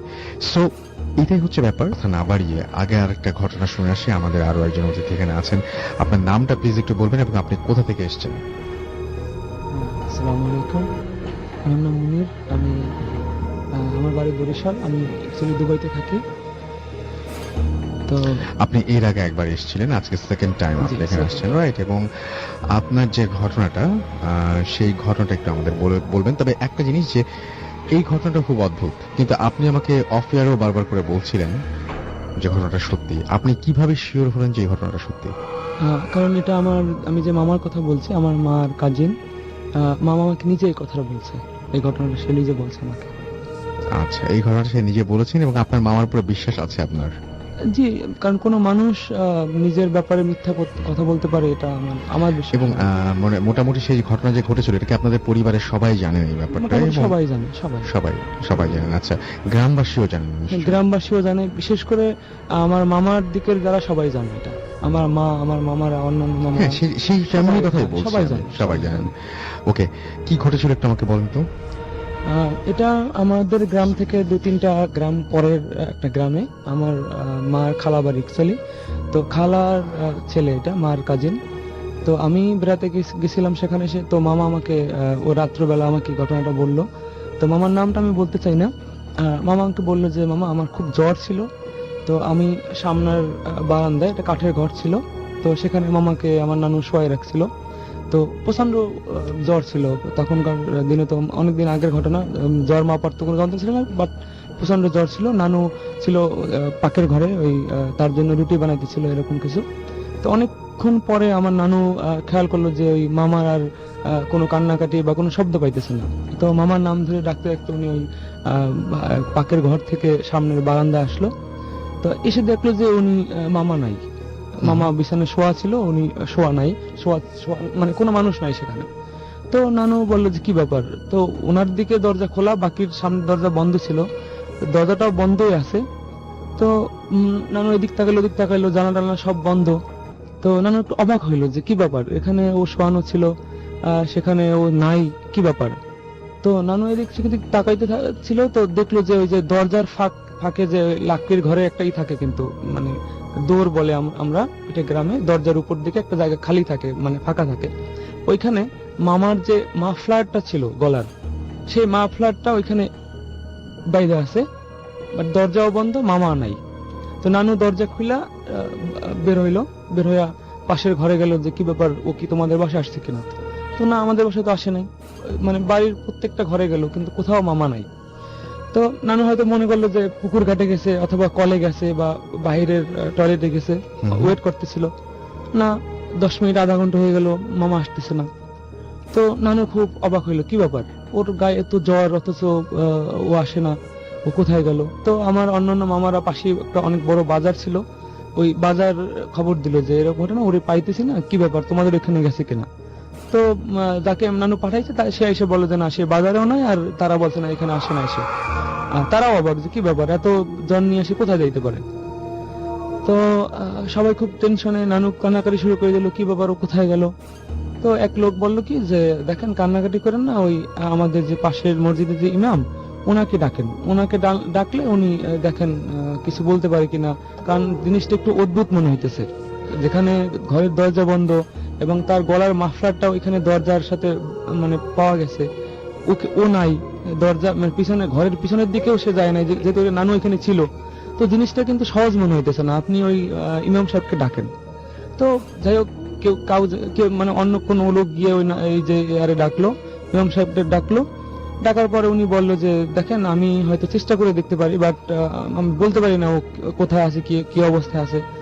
তো এদিকে কি ঘটলো, মামাকে যখন মামা শোয়া ছিল, তখন মামা দেখলো যে ওনার মানে ওনার খাটের পাশে খুব সুন্দরী একটা মেয়ে এসে দাঁড়ালো। তো মামা দেখে অবাক হয়ে গেল যে কি ব্যাপার, এত সুন্দর একটা মেয়ে কোথা থেকে আসলো। তো আয়সা বলল কি যে তুমি চলো আমার সাথে। তো মামা মানে বলল, এবং ওই ও উঠায় নিয়ে যাইতেছে, এগুলা সব উনি ফিল করতেছে যে আমি খাটের উপরে নাই, আমাকে নিয়ে যাইতেছে কেউ, এরকমের। তো মামাকে নিয়ে নাকি কোনো একটা শহরের একটা কিভাবে নিয়ে গেল বা কি, এগুলো তুমি না বুঝছেন না কিছু? মামা বুঝতেছে আমি শূন্যের উপরে আছি, বা মানে চলতেছি, গায়ে বাতাস বাজতেছে, ঠিক আছে, এইটা তারপরে? মামা একটা ফিল করতেছে। হুম। তো একটা শহরে নিয়ে গেল। এটা আসলে আসল ভাই মনে হইতেছে কি যে অলৌকিক কোন একটা ঘটনা, অবাস্তব, জাস্ট বানানো গল্পের মতো, বাট মামা আমাকে বলছে তার নিজের মুখে। তো যাই হোক, সে ওই সিটিতে নিয়ে গেল, নিয়ে একটা মিষ্টির দোকানে মামাকে বসাইলো। তো মিষ্টির দোকানে ঢোকার পর জিজ্ঞেস করলো তুমি কি খাবা। তো মামা তো অবাক যে আমি কোথায় আসলাম, কি খাবো আমি। তো একটা বড় বর্তনে প্লেটে করে ওনার জন্য মিষ্টি নিয়ে আসলো। মিষ্টি খেয়ে তো মামা আরো অবাক যে দুনিয়াতে এত সুস্বাদু মিষ্টি হতে পারে, সেটা ওনার কল্পনার অতীত। যাই হোক, মিষ্টি খাওয়ার পরে ওনাকে নিয়ে গেলে, বলে চলো তুমি আমার সাথে যাবা। তো মামা জিজ্ঞেস করলো কোথায়, বললো যে তুমি পড়াশোনা করো না, আমার সাথে তুমি যাবা। তো মামা যাইতেছে ওইরকম যে জাস্ট মানে যাইতেছে, কোথাও যাইতেছে এরকমের। এদিকে নানু তো খুব কান্নাকাটি, এবং ওই যে ইমাম সাহেব ডাকা হয়েছে, উনিও টিকিট দিতেছে, উনি পানি পড়া দিয়া ঘরের চারপাশে ইয়ে করলো, তারপর কি মানে তাবিজ লেখলো, কি এইসব করলো, বালি পড়লো, বালি পড়ে বাড়িতে ছিটাইতেছে, এরকম অবস্থা। তো মামাকে ওই মেয়েটা নিয়ে গেল, এটা জিন হবে সম্ভবত, আমি আমার যতটুকু মনে হইতেছে এখন পর্যন্ত ঘটনায়। তো ওই ওর শহরে নিয়ে গেল, ওর যে স্থানে থাকে ওই মেয়েটা, সেখানে নিয়ে গেল। নিয়ে গিয়ে ও মামাকে একে দাঁড় করায় বলে যে তুমি এখানে দাঁড়াও, আমি একটু কথা বলে আসি। তো উনি কয়েকটা মেয়ে দূরে দাঁড়ানো ছিল, ওখানে কথা বলতেছিল। তো মামা দূর থেকে দেখতেছে এবং একটু মানে শুনতেছে যে হ্যাঁ তুমি যে ওকে নিয়ে আসছো, এটা তো মানুষ, ও তো আমাদের রিলেটেড জিন তো না, তুমি কেন নিয়ে আসছো ওকে? মানে বলছে, ওনারা ওনাকে নিয়ে কথা বলছেন এবং বলছেন যে অন্য একটা জায়গার মানুষ কেন, হ্যাঁ। মানে মানুষকে কেন এই জায়গায় নিয়ে আসা মানুষ হলো? কেন তুমি এখানে নিয়ে আসছো? তো তুমি তো তোমার আব্বার সামনে ওরে প্রেজেন্ট করতে পারবা না। তো তারপরে বলছে কি ঠিক হলো? আছে, হ্যাঁ ঠিক আছে, আমি তাহলে কি করবো? এদিকে যে ইমাম সাহেব যে ওই যে ফিকির দিতেছিল, যেটা মানে, তো ওই ফিকির এবং বা ওদিকে বাবার চাপ, এই কারণে এটা অনেক রাত্রের ঘটনা, অনেক মানে 2-3 ঘন্টা বসে এটা মানে হইতেছিল। পরে ওই যে ইমাম সাহেবের ফিকির প্লাস ওই যে বাবার কাছে নিতে পারবে না, তো মেয়েটা বাধ্য হয়ে আবার মামাকে নিয়ে আসছে, ফেরত নিয়ে আসছে। তো এটা ভোর রাতের ঘটনা। তো মামাকে নাকি ওই যে তাদের বাড়ির পাশের একটা গাব গাছ বলি আমরা, গাব গাছের মগ ডালে আইনা ওনাকে বসাইছে। তো এদিকে তো বাড়ির সব জায়গা খোঁজা শেষ যে ও কোথায় গেল। তো হঠাৎ করে কিছু মানুষ দেখে যে ওই গাব গাছের মগ ডালে একটা লোক বসা, তো বললো যে ও তো ওইখানে। তো মামা কোনোদিন মানে গাছে ওঠে না, উনি উঠতে জানে না। তো যাই হোক, সামা ওনাকে নিচে নামানো হলো। যখন ওনাকে টাচ করা হলো, উনি সেন্সলেস হয়ে গেল। যখন ওনাকে ঘরে নিয়ে আসা হলো, উনি সেন্সলেস। কিছুক্ষণ পরে, আধা ঘন্টা 1 ঘন্টা পরে ওনার হুঁশ হইলো। তখন উনি এই ঘটনাগুলো বলল যে আমি এরকম ছিলাম, এবং বাকি যে ঘটনাটা, যে নানুর যে ঘটনাটা নানু খুঁজছেন, এটা উনি নানুর কাছ থেকে শুনছে। এ হলো আমার ঘটনাটা ছিল। অনেক ধন্যবাদ আপনাকে। আমরা চলে যাচ্ছি আমাদের পরবর্তী অতিথির কাছে, এবং আমি বলি যে তার ঘটনাটাও মানে মোটামুটি নরমালি আমি বলবো, কিন্তু যদি আপনাদের ভালো লাগে তাহলে আমার কাছেও অনেক বেশি ভালো লাগবে। আপনার নামটা একটু প্লিজ বলবেন এবং আপনি কোথা থেকে এসেছেন সেটা একটু বলবেন। আমি শাহজাদপুর থেকে আসছি। আপনি আরেকবার বলুন প্লিজ। আমি সম্রাট আহমেদ সাবিদ, আমি শাহজাদপুর থেকে আসছি। আমি একটা প্রাইভেট ইউনিভার্সিটিতে পড়ি। ওকে, আমরা চলে যাই আপনার ঘটনায়। তো আমার ঘটনাটা হচ্ছে আমার এসএসসি পরীক্ষার পরে। তো আমার ইচ্ছা ছিল এসএসসি পরীক্ষার পর আমি তাবলিগে যাব। তো সেই সূত্রে আমি 3 দিনের তাবলিগে যাই, হুম, যেটা হুজুরদের সাথে একটা দল গঠন করে যাওয়া হয়। সবাই জানে এটা, হ্যাঁ। তো আমরা একটা গ্রামের ভিতরেই মসজিদটা চুজ করছিলাম। তো আমরা গ্রামের মধ্যেই যাই। তো যাওয়ার পরে ইমাম সাহেব, যাকে বলে আমির দলনেতা, তো উনি আমাদেরকে সবাইকে ডাক দিলেন। ডাক দিয়ে সবাইকে কাছে নিলেন এবং বললেন, যদি আপনারা কেউ বাইরে যেতে চান তাহলে আমাকে অবশ্যই জানাবেন, আর একা কখনো বের হবেন না রাতে। তো ওই দিন সবাইকে ডিরেকশনটা দিয়ে দিল। তো প্রথম দিন আমি মাঝে মাঝে রাতে বের হতাম। তো ওই দিন রাতে আমি 2টার দিকে 12টার দিকে আমার বাথরুমে যাওয়ার প্রয়োজন হয়। তো আমি বের হই। তো জ্যোৎস্না রাত ছিল, তো পাশেই ছিল কবরস্থান, এটা আমার বলা হয়নি, পাশেই ছিল কবরস্থান। তো জ্যোৎস্না রাতে আমার কবরস্থানের দিকে চোখটা যায়। আর আমির সাহেব যেহেতু আগেই ভাগে বলে দিছে যে কিছু ঘটতে পারে, তাই কবরস্থানের দিকে চোখ যায়। তো আমি যা দেখলাম, এটা আমার নিজের চোখে দেখা, দেখি কবরস্থানে সাদা কাপড় পরা একটা লাশের মতো দাঁড়িয়ে আছে। তো আমি খুব মানে ভয় পেলাম, কিন্তু আবার সাহস নিয়ে আমি দাঁড়াইলাম। দাঁড়ানোর পর আমি একটু আগাইলাম, দেখার চেষ্টা করলাম, দেখি যে না, শ্যাডোটা আছে। তো আমি ভয়ে আবার মসজিদের মধ্যে ঢুকে যাই এবং আমি বসে থাকি, কাউকে বলি না। না বলাতে আমি অপেক্ষা করতেছি, আর বাথরুমে গেলাম না, আমি বসে আছি। তো যখন ফজর আজান দিবে, তখন আমির সাহেব আমাদেরকে ডেকে উঠালেন। দেখলেন যে আমি বসেই আছি। তো আমির সাহেবের কাছে আমি বললাম যে আপনার কাছে কোনো লাইট আছে? তো আমির সাহেব আমাকে লাইট দিল। লাইট দেওয়ার পর আমি বাইরে গেলাম। বাইরে গিয়ে আমি কবরস্থান থেকে লাইট টর্চ অন করলাম, বাট কিছু দেখতে পেলাম না। তো আমার মনের ভয় আমি মনে রাখলাম, কাউকে বলিনি। তো তার পরের দিন যে ঘটনাটা ঘটছে, এটা ঘটছে আমার কাজিনের সাথে। সে আমাদের সাথে গেছিল তাবলিগে। তো ও সাহস করে ওই দিন পরবর্তী দিন রাতে বাথরুমের জন্য যায়। তো বাথরুমে গিয়েছিল। তো বাথরুমটা ছিল গ্রাম অঞ্চলে, যে টিনের ছিল, উপরে ছাদ ছিল না, আর পাশে ছিল তালের পাতা। তালের পাতাগুলো ছিল খুব শুকনো এবং মানে কোনো কিছুতে নক করলেই খুব আওয়াজ হতো। তো তখন রাত 2:30-3টা বাজে। তো তখন যখন সে বাথরুম করতেছিল, তখন আস্তে ধীরে সে মানে অনুভব করতেছে সামথিং, মানে কেউ ওই তালের পাতার উপরে ঢিল ছুটতেছে। তো ঢিল ছুটতেছে, সে প্রথমে 2-1টা মানে ঢিল ছুটতে দেখে, তখন সে মানে কোনো কিছু কেয়ার করে না। তো ধীরে ধীরে সে দেখতে পেল যে ঢিল ছোড়াটা মানে পর্যায়ক্রমে বেড়ে যাইতেছে। তো এক পর্যায়ে সে মানে বেরিয়ে আসে এবং তখনই সে অনুভব করলো মনে যে তাল পাতা এবং তার টয়লেট মানে দুমড়ে মুচড়ে কেউ মানে আঘাত করলো। তো সে যখন বেরিয়ে আসলো, দেখলো যে ওই শ্যাডোটা, যেটা কিনা আমি গতকাল দেখছি। তো সে দেখে চিৎকার দিয়ে দৌড়ে এসে মসজিদের মধ্যে ঢুকে এবং সে সেন্সলেস হয়ে পড়ে যায়। তো আমাদের উপরই এসে পড়ে, আমরা ঘুমিয়েছিলাম। তো যখন সে সেন্সলেস হয়ে পড়ে যায়, তাকে ঝাড়ফু দিল এবং আমির সাহেব অনেক ঝাড়ফু দিল। তো যখন তার জ্ঞানটা ফিরে আসে, সে মানে আমাদেরকে বলে যে এইসব ঘটনা। তো আমি যে দেখছি এর আগে কবরস্থানে কবরের উপরে যে একটা শ্যাডো ছিল বা লাশের মতো ছিল, তো এটা আমি বলিনি। তো পরে আমি যখন বললাম, তখন দেখলাম যে ওই আমার কাজিনের সাথে এবং আমার সাথে প্রায় সেম মানে শ্যাডোটা আমরা দুইজনই দেখছি। ওকে, আপনি শ্যাডো দেখেছেন, শ্যাডোটা কেমন ছিল একটু আমাদের বলবেন? শ্যাডোটা ছিল কাপড়ের কাপড় পরা থাকে যেমন সাদা, ধবধবে সাদা। তো জ্যোৎস্না রাত ছিল, খুব ভালো করে বোঝা যেতেছিল। আর কবরটা ছিল বাঁধানো। আর যখন আমি লাইটটা যখন অন করি, তখন আমি আর কিছুই দেখতে পাইনি। শ্যাডো হলো না, মানে আপনি কোন একটা অবয়ব দেখেছেন? হ্যাঁ, এটাই। আচ্ছা। তো আমির সাহেবও আমাকে বলছিল যে যেন কেউ রাতে বের না হোক, যদি কিছু না থাকবে তাহলে আমি মানে এগুলো দেখলাম কেন, আর আমির সাহেবও বা আমাদের বারণ করবে কেন যে একা বের হবা না। অনেক ছিল ধন্যবাদ আমার আপনাকে। ধন্যবাদ। হ্যাঁ, আপনাকে অনেক ধন্যবাদ। আমরা দেখতে পাচ্ছি যে আমার যে পেজটা রয়েছে সেখানে আবু কাছাকাছি। দেখুন ভয় লাগে কিনা, আমরা শুরুতেই কথা বলবো আমাদের প্রথম অতিথির সাথে। আপনার নামটা একটু বলবেন প্লিজ, আরজু ভাই। আচ্ছা, আমি বলে আরজু, দিয়েছি। জি। মিরপুর থেকে এসেছি। ওকে, ধন্যবাদ রাসেল ভাই।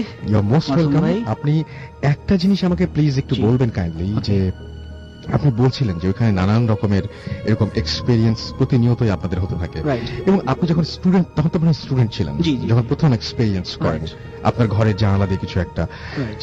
না হ্যাঁ সেটাই, মানে হ্যাঁ, জানালা থেকে। এক্স্যাক্টলি। আমরা ওই ঘটনাটা একটু শুনি। ওকে, ফাইন। আমি যখন ক্লাস 6 বা 7 এ পড়ি, তখন 1993 বা 4 এর কাহিনী বলতেছি। তো আমার রুমটার পাশে ছিল মানে ওখানে একদম খোলা জায়গা ছিল।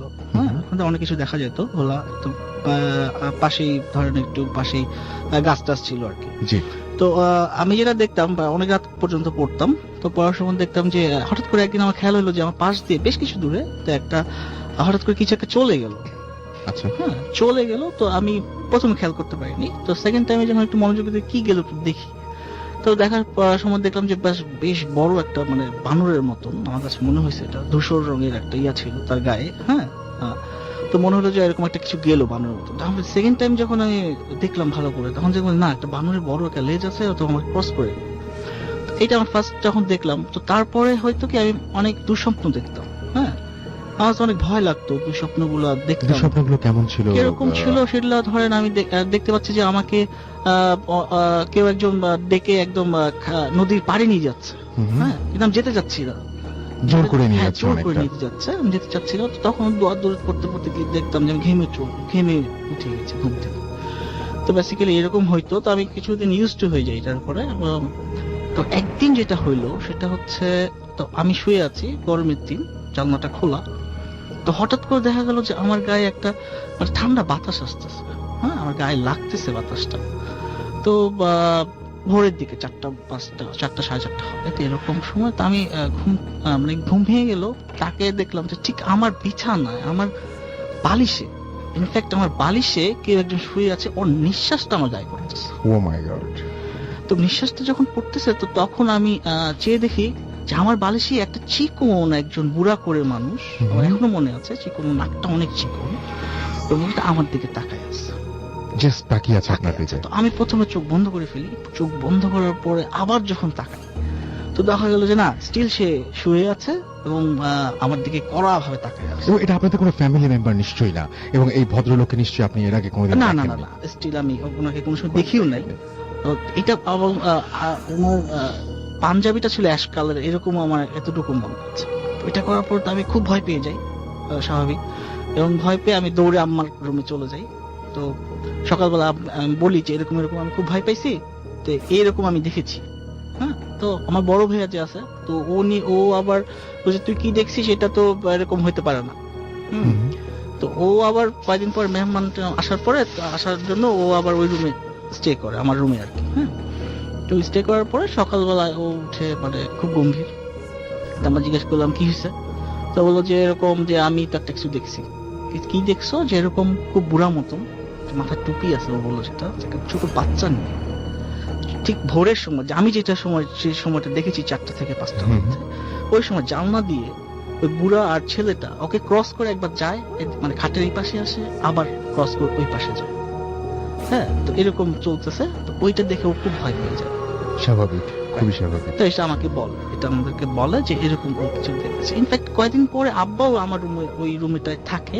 তো আব্বা কিন্তু সকালবেলায় মানে বলে যে কি দেখেছে সেটা বলে না, বাট সে যে ভয় পেয়েছে সেটা বলে, যে আমি একটা কিছু দেখে ভয় পেয়েছি এই রুমে, বাট কি দেখেছে হয়তো আমরা ভয় পাবো বলে আমাদের শেয়ার করে না জিনিসটা। তো এরকমই ছিল আর কি ওই সময়টা। তো এই রুমটা নিয়ে আরেকটা আমি বলি রাসেল ভাই, যেটা হচ্ছে আমার যে আমার ব্রাদার ইন ল ছোট ছিল তখন, 13-14 বছর বয়স, তাজবি। তো ও কি করেছে, ও আমার ওই রুমে শুয়েছিল একদিন রাতের বেলা। তো আসার পরে সকালবেলা আমার কাছে, ভাইয়া তুমি আমার জানলা ধরে টানাটানি করেছো হাত। হ্যাঁ, তা আমি বললাম তো এটা কিন্তু কোনোভাবে সম্ভব না, জানলার বাইরে তো কিছুই নেই, আর ওখানে দাঁড়ানোর কোনো স্টে করার মতন কোনো জায়গাও না যে স্টে করে ওখানে দাঁড়ানো যাবে। আমি বললাম না, এটা তো হতে পারে না। আমার ওয়াইফকে বললাম যে এটা ও কি বলতেছে, এটা তো হইতে পারে না। ও তো বলতেছে ছোট, না না এরকম তো তুমি টানতেছো না, আমি টানি। এইটা ঘটনার পরে কিছুদিন, এই লাস্ট জুনে, যেটা এই বছরের জুনে যেটা হয়েছে, সেটা আসলে খুবই ভয়াবহ। আমি মানে খুবই ভয় পাইছি এটাতে। তো আমার বেবি যেটা 5 years old, তো ও মানে জুনের 28-29 তারিখে, আমার ডেটটা মনে আছে। তো ওই রাতে 2টার সময় কারেন্ট চলে গেছে, বিদ্যুৎ চলে গেছে। তাই এলাকায় একটা হয়তো বা খুব মেজর একটা প্রবলেমের জন্য তো আসতেছিল না, আমার আইপিএস এর রিয়েটও শেষ হয়ে গেছিল। তো ভোরের বেলা আমি ওই রুমটায়, হ্যাঁ, আমার বেবিটাকে নিয়ে মানে বাতাস আসতেছে, জানলা খোলা, তো এরকম শুয়ে আছি। ও একটা সোফা শুয়ে আছে জানলার বরাবর, আর আমি তার ঠিক পাশেই একটা সোফার মধ্যে হেলান দিয়ে আছি। তো ও ঘুমায় নাই, ও আমি বাতাস করতেছি, খুব গরম, জুন মাসের গরম। তো ইনফ্যাক্ট ও আমাকে হঠাৎ করে বলতেছে যে বাবা দেখো, একটা জানালার পাশে কি জানি একটা দাঁড়ায় আছে, একটা মানুষের মতন, আমাকে দেখো দেখো দেখো বাবা দেখো, এটা বলতেছে। আমার হঠাৎ করে সে কি দেখতেছো, বলছে এই যে মানুষের যে ওই যে জানালার পাশে যে দাঁড়ায় আছে। আমি ওদিকে না তাকায় ওকে জাস্ট তুলে নিয়ে একদম বেডরুমে চলে আসছি। আসার পরে ওয়াইফকে বললাম, তো ওয়াইফ তো আজকে বুঝতে পারছো যেটা কি, দোয়া পরে দিল। সকালবেলা জিজ্ঞেস করেছি যে বাবা তুমি কি দেখেছিলে, তোর বাবা যে এরকম একটা মানুষের মতন বড় গোল একজন, হ্যাঁ, চোখগুলা লাল লাল উঠতেছিল, মানে ও বলছে মানুষটা উঠতেছিল। ইনফ্যাক্ট ওর এখনো মনে আছে 5 বছরের বাচ্চা, জি, জি। মানে সেটা হচ্ছে মানে একটু ছোট হলে হয়তো তার হচ্ছে ইমাজিন করে কোনো কিছু বলতে পারে বা এমনিতে, কিন্তু 5 বছরের বাচ্চার জন্য আবার কোনো কিছু বানিয়ে ওইভাবে বলাটা না না না না, ওই হ্যাঁ, ও যে এবং সিরিয়াসলি যখন- বলছে সেটা বোঝা গেছে। বোঝা গেছে, হ্যাঁ, এবং এবং তখন- ও তো ভয় পায়নি, ও জিনিসটা বুঝতে পারে না যে সামথিং কি একটা হইতেই পারে এরকম। এক্স্যাক্টলি। এবং আপনি জানেন মানে এই বাসাতে আগে থেকে অনেক কাহিনী আছে। That's right. এবং আমি খুব অবাক হয়েছিলাম অফ এয়ারে যখন আপনাকে আমি জিজ্ঞেস করেছিলাম যে আপনি যখন এই ঘটনাগুলো ফেস করছেন, আপনি বলেন যে বিয়ের পরে আপনি বাসার উপরের তলায় উঠে এসেছেন Right, right. এবং তিনতলা চলে হ্যাঁ, এসেছে, হ্যাঁ। 3 তলায় চলে এসেছেন। আমি আপনাকে জিজ্ঞেস করেছিলাম যে ওই রুমটার কোনো কিছু করেননি আপনারা, কোনো সমাধান করেননি। আপনি বলছিলেন, খুব অবাক হয়েছে আমি, যে না আমার অভ্যাস হয়ে গেছিল। হ্যাঁ, আসলে ইউজড হয়ে গেছে, কারণ আমরা তো একদম ওই বৃদ্ধ স্থানীয় লোক তো রেগুলার আপনার সাথে এখানে এসে মানে শুয়ে আছেন, বুঝতে পারছেন যে পাশে কেউ আছে, কিন্তু আপনি তখন পরে ভাবছেন যে এটা ছাড়া কোনো উপায় নাই, আপনি এইভাবেই সময়গুলো Used to হয়ে কাটিয়েছেন, গেছিলাম। ইউজড টু হয়ে গিয়েছিলেন। ও মাই গড, এটা আসলে আমি আরেকটা ছোট্ট কাহিনী বলি, যেটা আমরা হচ্ছে কাহিনী আবার শুনবো, আপনার কাছে Okay. আবার আসবো। Okay. হ্যাঁ, ওই বাসার অনেক কাহিনী আছে, Alright. সেই কাহিনীগুলো আমরা শুনবো। আরো কিছু কাহিনী আছে মাঝখানে আমরা যেগুলো শুনে আসতে চাই। তো যাই হোক, আমরা মনে হয় যে অলরেডি ভূত এফএম জমে উঠেছে। একটা মেয়ে এবং পরবর্তী ঘটনায় যাব, টাকার যে বিষয়টা বলছিলাম, এই ঘটনাটা কিন্তু ভয় পাবেন কিনা জানি না, তবে খুব অদ্ভুত। এরকম ঘটনা আগে কখনো শুনেছি বলে আমার তো মনে হয় না। আমরা ঘটনাটা শুনে ফেলি। আপনার নামটা প্লিজ একটু বলবেন, আপনি কোথা থেকে এসেছেন? আমার নাম মোহাম্মদ আব্দুল হান্নান মাসুদ। আমি আসছি শ্যামলী থেকে, ঢাকা শ্যামলী থেকে। ঢাকা শ্যামলী থেকে। আপনার ব্যাকগ্রাউন্ডটা একটু বলেন, আপনি কোথায় পড়াশোনা করেছেন? প্রথমে ধন্যবাদ রাসেল ভাই আপনাকে, এবং মাসুমকে ধন্যবাদ, মাসুম ভাইকে ধন্যবাদ। ধন্যবাদ দিয়ে আমি বলছি, আমার ব্যাকগ্রাউন্ড হলো আমি মূলত নোয়াখালীর ছেলে, ছোটবেলায় নোয়াখালীর ছিলাম। এরপর আমার বয়স যখন 8 বছর, তখন আমি চট্টগ্রাম লেখাপড়ার জন্য চলে যাই। সেখানে আমি লেখাপড়া করছি 4 বছর। তারপর আবার আমি ঘটনাক্রমে নোয়াখালীতে লেখাপড়া করি। কিসে পড়াশোনা করেছেন আপনি? আমি চট্টগ্রামে লেখাপড়া করছি মাদ্রাসাতে, ওকে, হাফিজিয়া মাদ্রাসা। তার মানে আপনি নিজেও অনেক কিছু জানেন, রাইট? হ্যাঁ, ওকে, আপনার ঘটনা শুনি আমরা। আমার ঘটনাটা হলো, আসলে আমি যখন মাদ্রাসায় লেখাপড়া করি তখন তো ছোট, আমার 8-9 বছর বয়স হলে, ওই বয়সে আমি সেখানে লেখাপড়া করি। তাছাড়া আমরা 3 ভাই 1 বোন। আমার 2 ভাই তখন চট্টগ্রাম, ওখানে 16 শহর পাশে, অল্প ডিফারেন্স। আমার মাদ্রাসা থেকে ওখানে থাকেন, ওখানে কাজকর্ম করতেন। আমি চট্টগ্রাম ফয়েজ লেক, এখন যে চিড়িয়াখানা এবং ফয়েজ লেক, তার পাশে একটা মাদ্রাসা আছে, ওই মাদ্রাসায় লেখাপড়া করতাম, নুরিয়া কমপ্লেক্স। তো এই ভাইয়ারা আমাকে প্রতি সপ্তাহে, পাকে পাকে দেখা যেত কোনো সপ্তাহে মিস হতো, ওনাদের কাজের চাপ থাকলে বা 1 সপ্তাহ পর আসতেন, এসে আমাকে দেখাশোনা করে যেতেন এবং আমার খরচের জন্য কিছু টাকা দিতেন। আচ্ছা, তো সেটা অনেক আগের কথা, তো আসলে খরচের টাকাটার পরিমাণ হয়তো 10 টাকা, 15 টাকা, 20 টাকা এভাবে দিতেন। তো দেখা গেছে আমি পুরো সপ্তাহ খরচ করার পর সপ্তাহ শেষে এসে আমার পকেট খালি হয়ে যেত। তখন একটু আপসেট হয়ে থাকতাম, এখানে মা বাবা নাই, কেউ নাই, একা আছি, ইচ্ছে মতো খরচ করতে পারতেছি না, বা একটা খাওয়ার জিনিস মন চালো, অন্যরা খাচ্ছে, আমি খেতে পারতেছি না, এভাবে আমি একটু আপসেট হয়ে বসে থাকতাম। আচ্ছা, তো এই ঘটনাটা হলো, একদিন আমি এরকম বিকেলবেলা আসর নামাজের পরে, আগে একটু রাসেল ভাই বলিনি, সেটা হলো মাদ্রাসাটা আমাদের যেটা ছিল, পাহাড়ি অঞ্চল তো চট্টগ্রাম, আমাদের মাদ্রাসাটা ছিল 3 স্তরে। নিচে একদম যেটা গ্রাউন্ড ফ্লোর, নিচে যেটা সেটা মাদ্রাসা ভবন, আবাসিক ভবন এগুলা ছিল। তার থেকে একটু উপরে 15-20 হাত উপরে পাহাড়ের উপরে ছিল মসজিদ এবং মাজার। তার পাশে আরেকটা পাহাড় রয়েছে, আরো উঁচু সেটা। আচ্ছা, তো আমি বিকালবেলা সাধারণত মসজিদের সামনে বসে আছি, বসে বসে চিন্তা করতেছি, টাকা নাই, কিছু খেতে পারতেছি না, খারাপ লাগতেছে।